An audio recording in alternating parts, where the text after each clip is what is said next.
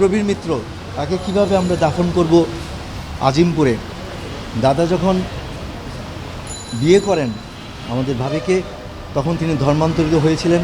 তখন তিনি নাম রেখেছিলেন হাসান ইমাম। তো সব কিছুর মধ্যেই সেই হাসান ইমাম নামটা আছে, কিন্তু সেটা তো আর আমাদের বাংলার দর্শকরা জানে না যে উনি ইসলাম ধর্ম গ্রহণ করেছিলেন এবং ইসলাম ধর্মেই উনি দীক্ষিত হয়েছিলেন। কিন্তু শুধু অভিনয় করার জন্য উনি প্রবীর মিত্র নামটাকেই রেখেছিলেন, কিন্তু সেটা শুধুমাত্র নামে রয়ে গেছে প্রবীর মিত্র। কিন্তু আসলে তিনি আপাদমস্তক একজন হাসান ইমাম নাম ধারণ করেই ইসলাম ধর্মে দীক্ষিত হয়ে ইসলামের মধ্যেই উনি বিচরণ করেছেন।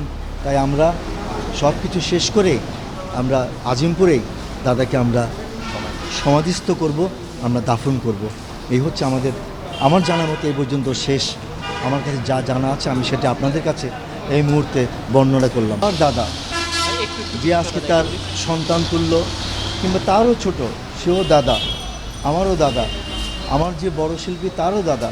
আমার মনে হয় আমাদের বাংলাদেশের চলচ্চিত্র জগতে এই দাদা নিয়ে একজনই লোক এসেছিলেন আমাদের জগতে, সেটা প্রবীর দা। আমাদের অভিভাবক বলতে বুঝতাম, আমাদের অভিনয়ের অভিভাবক বলতাম, একমাত্র দাদাই আমাদেরকে একেবারে আমাদের সামনে থেকে আমাদের শিক্ষা দিত।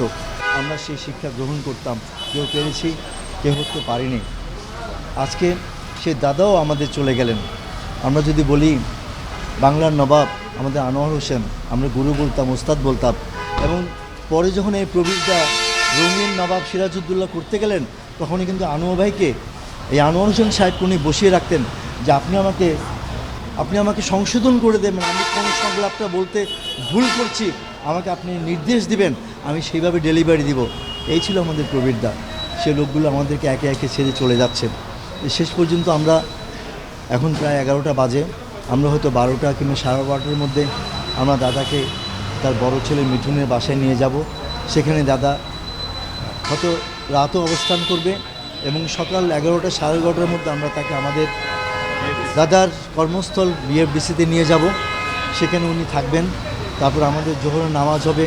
জোহরের নামাজের পরে আমরা দাদার জানাজা পড়ব এবং তারপরে আমরা আজিমপুর কবরস্থানে আমরা তারপর চ্যানেলায়ও আমাদেরকে অনুরোধ করেছে নিয়ে যাওয়ার জন্য, অবশ্যই নিয়ে যাব, সেখানে চলে যাব। তবু একটু বলি